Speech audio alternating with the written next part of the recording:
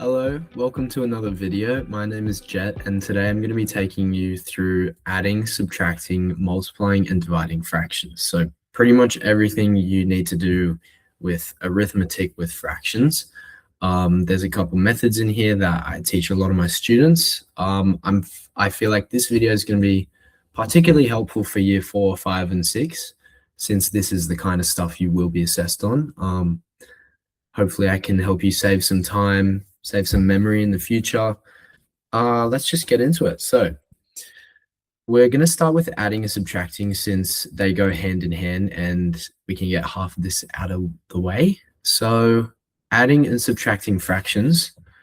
I've got a little spoiler here. There we go. So what we need to do first is just step back and take an entire look at this fraction. 2/3 plus 1/5. We need to notice right away that we actually can't add these at all yet. And that's because the denominators, they're not compatible. They're not the exact same. So they need to be the same for us to be able to complete the equation. Let me add a little, complete the equation. There you go. So what we need to do here is find the number that both of these numbers go into. So what I mean by that is finding the lowest common denominator. So just to refresh, the top of these is called the numerator, and the bottom of fractions are called denominators. Yeah, so we need to find the lowest common or lowest shared denominator between these two. And then what we're going to do is convert them into equivalent fractions, but we won't go there just yet. Let's find the number that 3 and 5 go into. Very first step. So to do that, we're going to go through the multiples or the times tables of 3 and 5. So let's make two little lists, 3 and 5, and let's just start listing all the multiples of 3. So you know 3, 6, 9, 12, 15, 18, blah, blah, blah, blah, blah. And 5. So 5, 10, 15, 20, 25, blah, blah, blah, blah. Okay. Now that we have these two lists, we're going to find the lowest, so lowest shared or common denominator or multiple or number. That's not going to be 3, not 6, not 9. I'm going to find that it's going to be 15. That's the lowest number that's shared between these two. So now our goal changes. We've found this number. We need to convert these fractions to equivalent or same value fractions of those denominators. So how we do that? First, we're going to times each of these numbers, so 3 and 5, by what they need to be times by to get to 15. So we know that 3 times 5 is 15. And what's 5 into 15? 5 times 3 equals 15. So there's our numbers there. So we, first of all, 3 into 15, we need to times 3 by 5. It equals 15. So making both these numbers that special number we found. Now here's where my rule comes in.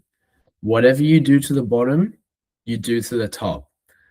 If any of my students are watching this, you know I say this over and over and over about fractions. Whatever you do to the bottom, do to the top. And I need to write it down. I'm going to write it down. Whatever you do to the bottom, do to the top. This is one of the most key rules of fractions. And the reason is because it keeps them the same value. So we know whatever this fraction is going to end up looking like, it'll still be equal to 2/3. So we've times the bottom by 5. Whatever you do the bottom, do the top. We times the top by 5. Now, hopping over to this fraction, doing the exact same thing. 5 times 3 is 15. So now we times 5 by 3 to get 15. Whatever you do to the bottom, do to the top, times 3. All right. Now we've got all these little multiplications to do. So let's do it. First, we'll start with 2/3. We get 10/15 because 2 times 5 is 10. 3 times 5 is 15. Plus 1 times 3 is 3. 5 times 3 is 15. Okay, now stop. This is a crucial point as well. We've done this step. We've made the denominator the exact same. So 15 and 15. And now what we need to do is properly add or subtract these.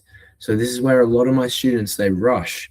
They think, oh, let's just add the top and bottom. Let's go. Let's go. I know people tend to do that, but we just need to slow down. And what it says right here, add or subtract the tops. So what do I mean by the tops? I mean the numerator only. I'm going to put that in capitals. Only the numerator. A lot of people tend to go 10 plus 3, 15. Oh, 15 plus 15, that's over 30. It's not. It's not. It's because these are fractions of a whole. So 10 over 15 is it's 10 fifteenths, and we've got 3 fifteenths. So now we just need to add these top bits together, and we'll get 13. Oh, we'll get 13 fifteenths. Perfect, right? So that's our answer. That's it. It's the same thing for subtracting, except you're just replacing this plus with a minus and only minusing the tops. 10 minus 3 is 7. Denominator stays the same. Yeah. So that's adding and subtracting. Let's move. Sorry, I'm a perfectionist. Let's move right on. So let's move on to multiplying. So I wrote down that this is the easiest one because I'm not lying. It really is. What it says here is plain and simple, multiply the tops and multiply the bottoms. So what I mean by multiply tops and multiply bottoms, essentially, let me make this a little bigger. There we go.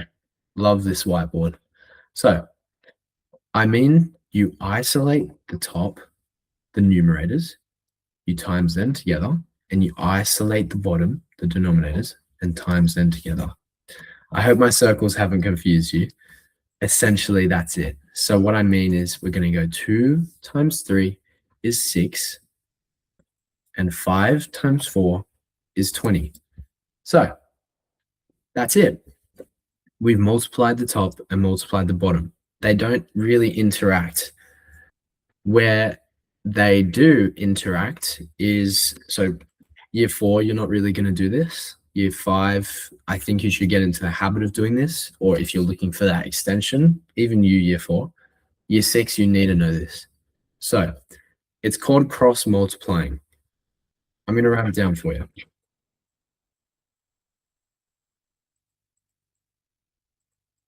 Cross multiplying, and that's a name that you probably won't remember, which is okay. You only need to know how to do it. We're going to look at the diagonals here. And the reason is because 6 over 20, we know we have to simplify all our fractions. So we're going to have to simplify this into 3 over 10. Now, I hate simplifying. It takes up too much time. And if it can be done, if I can do an equation without simplifying, I'm going to go that way. So cross multiplying is when you look at the diagonals. So let's take 5 and 3 and 2 and 4, and you're finding a number that can go into both of those. So what I mean by that is, well, let's look at 3 and 5. There's no number. I mean, you tell me if there is, but there's no number, a whole number that really goes into 3 or 5. So we're just going to kind of forget about those for now. What I want you to look at is 2 and 4. Now, what do we know about 2 and 4? They're both even. So that means they can be divided by 2. And we're going to do exactly that. We're going to divide both these numbers on the diagonal, so across from each other in fraction, by 2. And this way,